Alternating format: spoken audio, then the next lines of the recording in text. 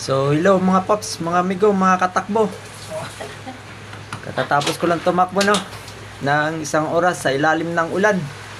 Ang saya-saya. Sa ilalim ako ba? Ayan, no, maulan. At dahil katatapos ko lang tumakbo, ako naman ngayon kakain naman. Pampalakas na. Pampalakas na champorado. Ayan. Distansya yan, pampalakas yan. Bigay energy yan.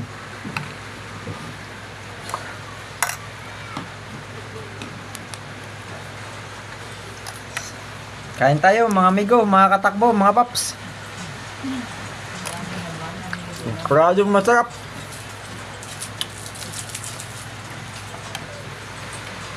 Habang kumakain, ako ay nanonood din ng takbo.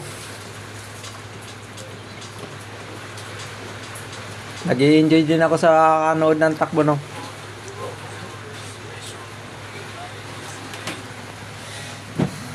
So, muli, kain tayo mga ka-amigo, mga paps, mga katakbo. Almusal ko, no, para mamaya kayod tayo sa hanap buhay bilang delivery rider, no. Bubuhusan lang yun.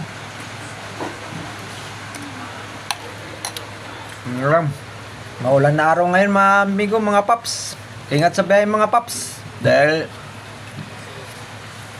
magdadalawang linggo ng maulan araw-araw, no. Araw-araw tayong nababasa at madulas yung kalsada. Ingat sa biyahe mga paps. 40 to 50 kph lang ng takbuhan para safe mga paps. Yun lang may share ko mga paps, no.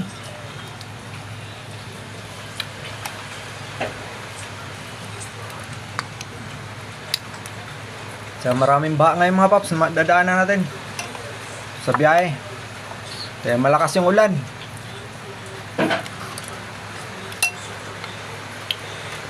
So, yun lang. Ingat sa atin. God bless Philippines, God bless Filipino.